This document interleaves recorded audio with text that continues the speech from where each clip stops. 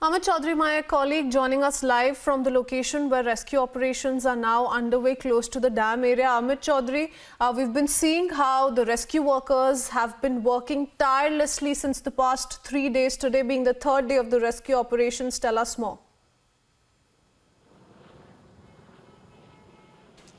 देखिए, फिलहाल मैं आपको बताना चाहता हूं, सबसे पहले मैं यहाँ की तस्वीरें दिखाना चाहता हूं किस तरीके से आर्मी के जवान जो है उन्होंने यहाँ पर जो है अब वो यहाँ पर पहुँच गए हैं और किस तरीके से वो रेस्क्यू का काम जो है वो आगे बढ़ाने की कोशिश कर रहे हैं। मुश्किल बहुत है क्योंकि देखिए पहले नीचे इन्होंने उतरने कोशिश की, लेकिन बिल्कुल ही जहाँ पर गाद है, जहाँ पर पूरा ये मलबा है, वहाँ पर ये लोग नहीं उतरे। दूसरी तरफ मैं आपको बताना चाहूँगा कि यहाँ पर जो भी लोग हमें मिल रहा है, जो पुराने वर्कर हैं, जो लगातार यहाँ पर काम कर रहे थे, उनका ये कहना है कि करीब 15 से 20 मीटर जो है वो यहाँ पर जो है गाद पूरे तरीके से जम गया है। एक बार मैं तस्वीरें आपको दिखाना चाहता हूँ कि जो अभी हम एक इन्फॉर्मेशन हमारे हाथ आई कि ये जो डैम है एनटीपीसी का, ये जितना अभी दिख रहा है उससे कई 2 गुना ज़्यादा जो है ये पूरी तरीके से इस मलबे में दफन हो गया है। और जाहिर सी बात है वहाँ पर सबसे ज़्यादा लोगों के दबे होने की जो है वो आशंका है। आप जो ये बिल्कुल साइड में जो ये जगह देख रहे हैं और यहाँ पर जो ये जो एक रूम जैसा बना हुआ है, ये जो छत है और जो रूम जैसा जो ये बना हुआ है, यहाँ पर कुछ लोग जो थे वो काम कर रहे थे। और दूसरी तरफ से जब पूरे का पूरा जो उफान आता है, सैलाब आता है, तो यहाँ से वो लोग जो है वो सैलाब जो है इनको बहाता हुआ चला जाता है। इसके विजुअल हमारे पास है, कुछ देर के बाद हम अपने दर्शकों के साथ इसको शेयर करेंगे।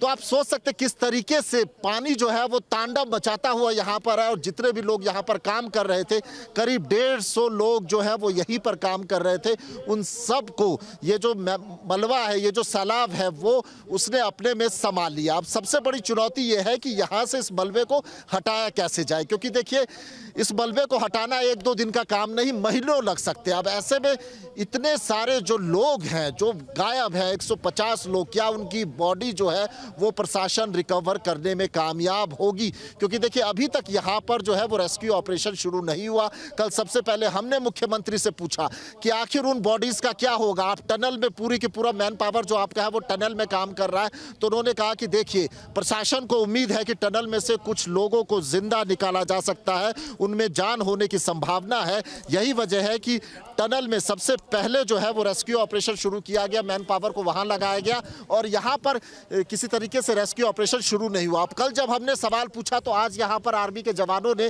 रेस्क्यू ऑपरेशन शुरू तो कर दिया है, लेकिन अभी तक किसी तरीके की कोई कामयाबी नहीं मिली है। वो यहाँ तक कि वो कीचड़ में, ये जो दलदल है, ये जो मलबा है, यहाँ पर वो उतरने में भी अभी तक कामयाब नहीं हुए हैं। क्योंकि देखिए ये इतना ज़्यादा मलबा है और दलदल है, और 15 से 20 मीटर जैसा कि लोग यहाँ पर बता रहे हैं, वो तो कह रहे हैं इससे भी ज़्यादा है। तो अगर इतना मलबा यहाँ पर है तो ये दलदल है और इसमें मशीन उतर नहीं सकती, तो ऐसे में ये सारा मलबा निकाला कैसे जाएगा? और यहाँ पर सीमेंट के करीब 10,000 से ज़्यादा और यहाँ पे फंसे हो सकते हैं, क्योंकि जो पावर हाउस का प्रोजेक्ट है वो 3 से 4 मंजिल था, तो वो पूरा कोलैप्स हो चुका है। तो आज यहाँ कितनी स्टाफिंग है? क्योंकि आज मैं देख रहा हूँ स्निफर्स डॉग्स भी आए हैं और मशीनें भी ज़्यादा लगी हैं। पूरी एक एनडीआरएफ की जो CSSR टीम होती है, उस स्ट्रक्चर में हमारे 40 मेंबर्स होते हैं, जिसमें कैनाइन, मेडिक्स, इलेक्ट्रीशियन और डॉक्टर साहब सारे इंक्लूड रहते हैं। ये पूरी टीम है 40 मेंबर्स की यहाँ पर। तो क्या रात में भी हुआ है या सुबह से ये काम शुरू हुआ? नहीं, नाइट में हमारा यहाँ पे इस वाली साइड पे नाइट में हमारा काम नहीं था। नाइट में हम टनल में रहे और अभी वहाँ से हमें निर्देश मिला कि आप वहाँ पहुँचे, रैनी गांव साइड पे वर्क चल रहा है और वहाँ पे लोगों के दबे होने की संभावना है, तो कृपया आप अपनी टीम लेकर वहाँ पे पहुँचे। तो हम अर्ली मॉर्निंग यहाँ के लिए मार्च कर गए थे। नाइट में during night we are on work 24 hours. जी, आपका परिचय? मैं सब इंस्पेक्टर भूपेंद्र गुआम फ्रॉम 8th एनडीआरएफ गाजियाबाद से। बहुत बहुत शुक्रिया हमसे बातचीत करने के लिए। तो एनडीआरएफ के सब इंस्पेक्टर थे जो कि बता रहे थे लगातार लगे हुए रेस्क्यू टीम पूरी की पूरी यूनिट यहाँ आई हुई। जैसा वो बता रहे थे कि 2 लोगों को यहाँ से निकाला गया, दोनों को आइडेंटिफाई कर लिया गया है। एक उत्तराखंड पुलिस के कर्मचारी थे, वहीं दूसरी तरफ एक इलेक्ट्रिशियन थे, और दोनों को आइडेंटिफाई करके उन डेड बॉडीज को आगे भेज दिया गया है। लेकिन फिलहाल अभी भी ये कार्य यहाँ पर चल रहा है। यहाँ पर अभी भी ये देखिए काम चल रहा है। ये कोशिश इनकी है कि हम अभी तेजी से आगे बढ़ें और मलबा हटाकर और भी जो अंदर डेड बॉडीज होंगे, और भी लोग होंगे, उनको हम निकालें। विजय संतोष के साथ रवि मिश्रा, रैनी गांव, उत्तराखंड।